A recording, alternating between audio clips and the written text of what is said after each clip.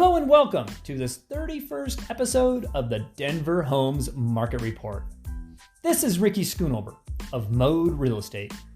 If you missed last week's episode, I shared with you a new service that I have not heard of any other realtor being able to offer. I have a house that may be available to you to use. Perhaps you are here in Denver on a house hunting trip, or you just need a few days while you transition from one home to your next. Maybe you just need a place to go hang out for a few hours while I'm conducting an open house while I'm currently selling your home. I have been in real estate dating back to 2003. I have ran into all sorts of situations where I wish I had had a place for my clients to stay. Now I have that house available to you, my clients. So, if you have not heard last week's episode, please ask your smart speaker. Please play my podcast, the Denver Homes Market Report. Then subscribe so that you never miss another episode. We are just days from electing the president who will lead us into the next 4 years. By anyone's standards, our launch into 2020 has been an incredibly rocky one. And we are not out of the woods yet. I know the powers that be are working their tails off on a vaccine. That'll be a good first step once we have that available. Then comes the monumental task of getting enough folks throughout the country to get the vaccine in order to make a dent in the way this virus spreads. I'm confident we'll get through this. I know everybody is tired, and it's just not in our DNA not to hug and shake hands. So now, moving forward, even beyond this pandemic, we may need to reevaluate how we interact with one another. I do not care your political views or who you feel has the best plan to get us into 2021 and beyond. I've already voted. I took the time to Google all the various initiatives on the ballot. I could not believe how many judges I had to look up. However, I got through it, and I feel like I made at least an educated guess as to who and what to lend my support towards. I was surprised to see how many people were in the running for the President of the United States. I had no clue who most of those people were. However, I made my choices, and I took my ballot to the drop-off spot over there in Cap Hill. Other than all the road construction, I went around 10 a.m. They had a tent set up in the middle of the street. I pulled up with my mask on. The poll workers were all masked up. I handed over my ballot, and I was on my way pretty quickly. Like I said, your party affiliation is not my concern, but I do encourage you to make your voice heard, make an effort to research the topics and the candidates, and then just most of all, vote. However you choose to do so, make that commitment to get your ballot in. Please do so as safely as possible. Okay, I'll step down from my please vote soapbox here and get back to our topic of the day. If you have not visited the neighborhood of Cole recently, wow, you may be in for a shock. There is construction going on everywhere in and around the neighborhood. In fact, just to the north of Cole, the city is in the process of building a brand new state-of-the-art World Trade Center. It's an amazing property with world-themed restaurants, a hotel, classrooms, a gorgeous lobby. They intend to provide a hub for international business as well as a home for companies who want to have a presence here in the Denver market. There are also 200 apartments being built with a commitment for at least a portion of those to be designated affordable housing. As part of this development, they are also building a grocery store. This is right along Downing and Marion, right there on the edge between Cole and Rhino. This area desperately needs a grocery store. There is a natural grocers not too far away there near Brighton Boulevard, but not everyone can afford $6 cooking oil. or even needs a $4 box of sugar in the raw when they really just need some plain old sugar.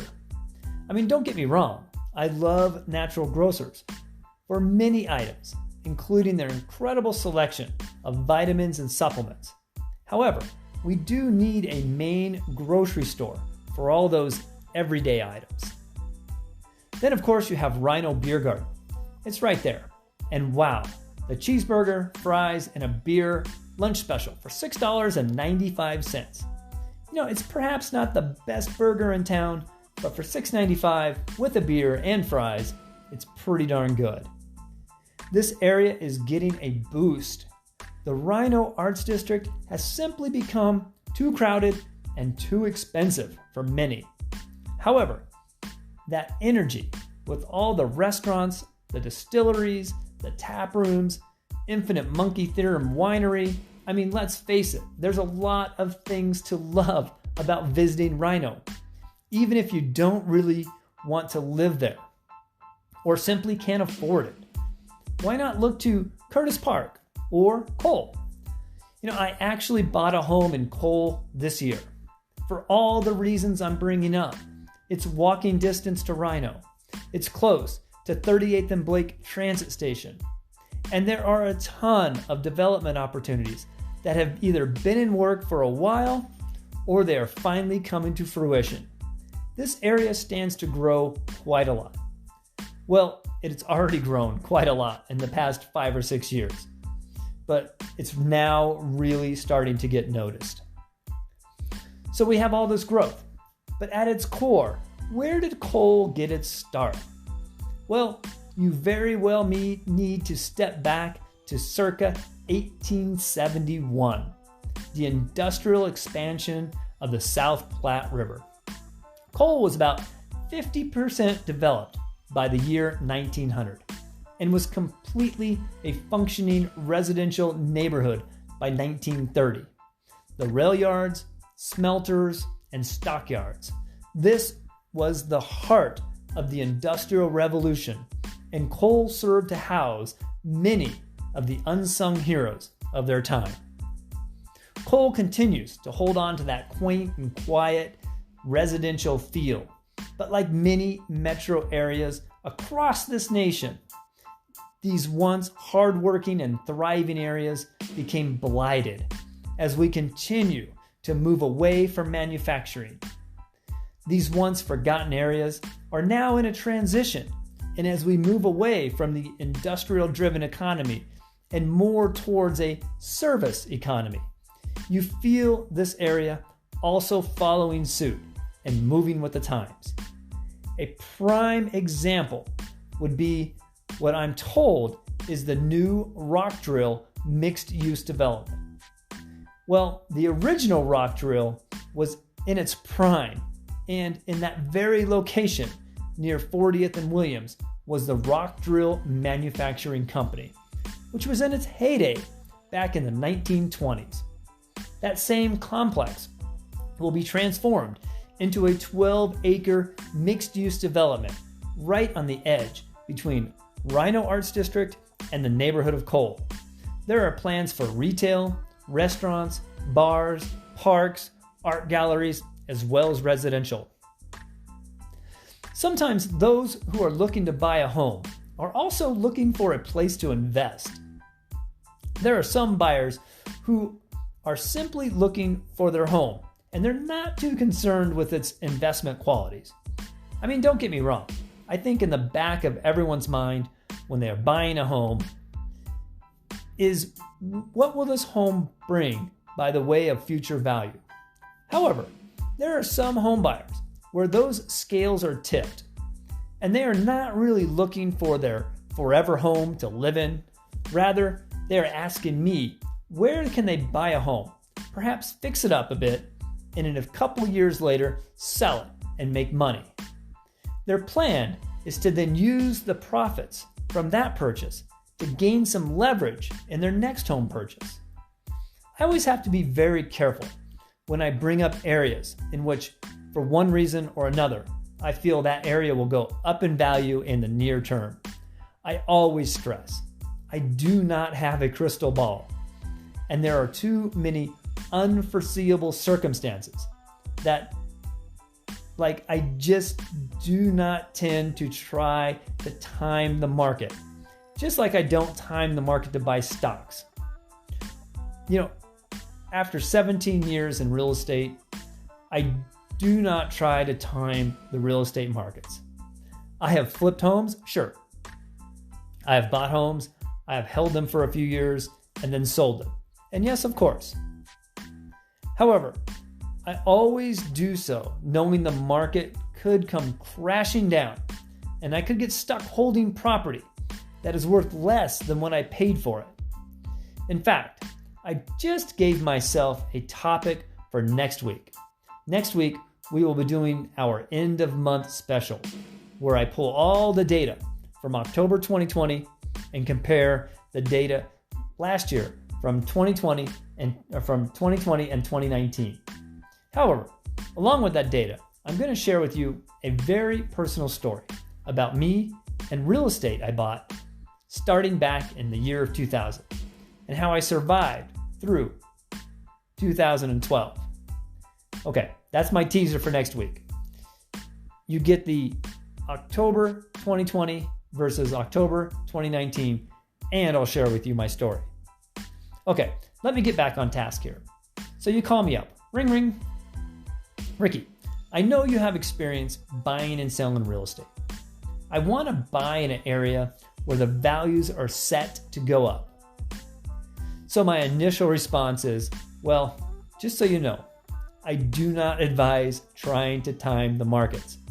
However, that being said, I do know of a community where the prices are relatively low, the retail side of development is up, and when you see things like restaurants, bars, and other retail being built, when you see quality commercial spaces being renovated, you better believe there is some research that was put into those developments long before they even started to buy the real estate.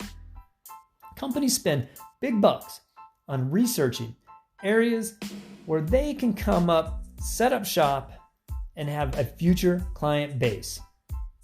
Back in the early 2000s, I'd tell you to look for places where they are building a Starbucks or a Trader Joe's and maybe a Whole Foods or even Panera Bread, who I once worked for, and they had a decent real estate scouting program.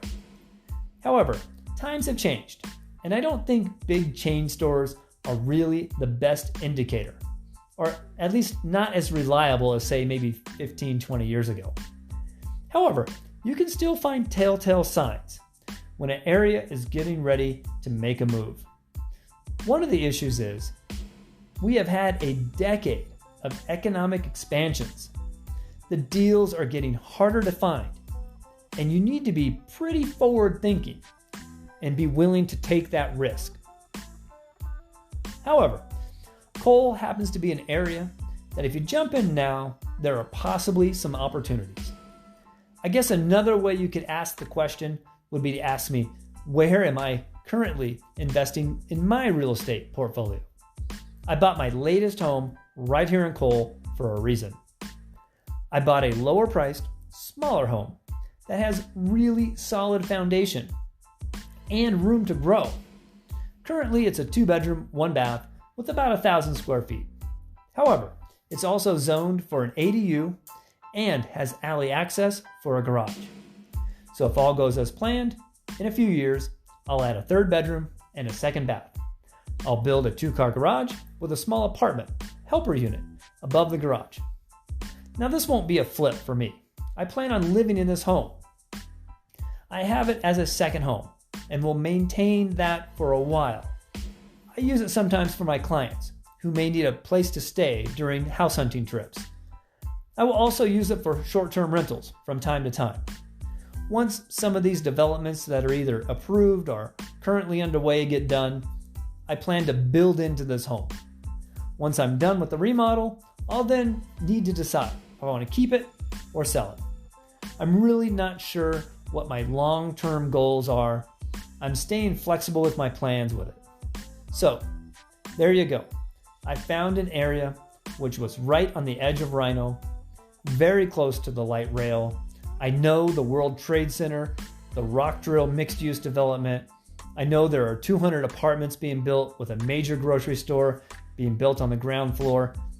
What else could be screaming, "Look at me, look at me"? Sure, I could have jumped in 4 or 5 years ago and perhaps made a killing by doing nothing but holding on to the real estate. But I don't tend to be that risky. I don't need to make a killing in real estate. I'm happy to be making my living in real estate, and I love seeing my clients take those risks and win. I still get to share in their excitement when they come to me to sell that home and buy their next. Okay, I got so excited I forgot to actually spell out geographically where Cole is. So let's do that. We'll jump on my website, www.denverhomesmarket.com, and we'll see what's currently available for sale in Cole. First of all, our eastern border is going to be York Street. Along the southern border, we have Martin Luther King Jr. Boulevard. Then you head up Downing along the western border, and then it cuts diagonally along Walnut until you connect back to East 40th Avenue and back to York. Okay, I have my map drawn on my site. I encourage you to follow along on your own computer if you'd like.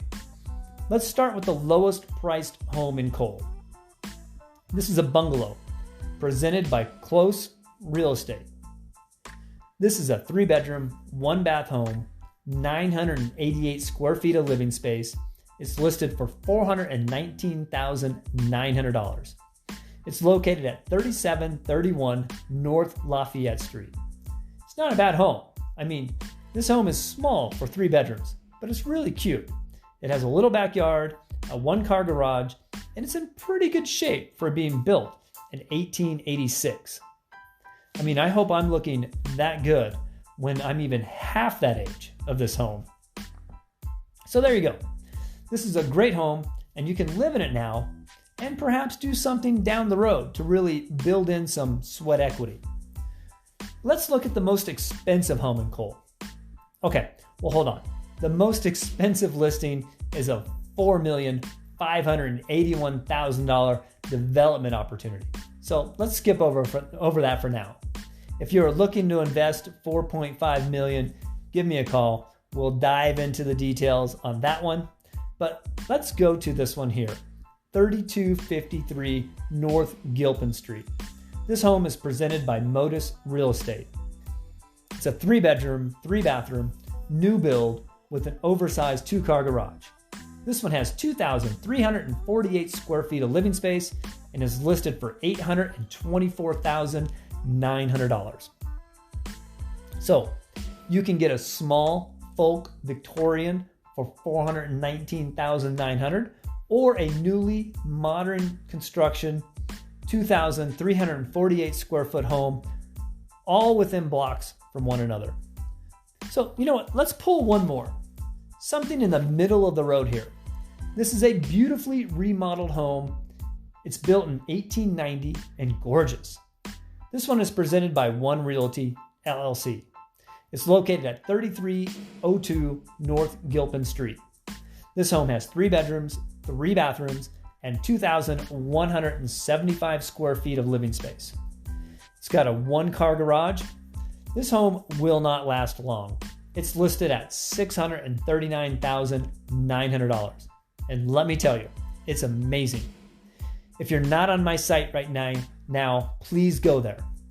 www.denverhomesmarket.com. Draw your map search around Cole and check this home out.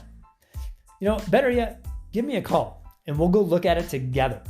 My number here, 720-688-5110. All right, I know today's podcast was long. I needed to touch on the election. I needed to touch on the virus. Please go vote. Please be safe, as we all need to do our part. And of course, I got excited talking to you about the history of Cole and why this neighborhood is likely a great place for you to buy your next home, just as it was for me. I'll leave it there for this week. Next week, another huge episode coming your way.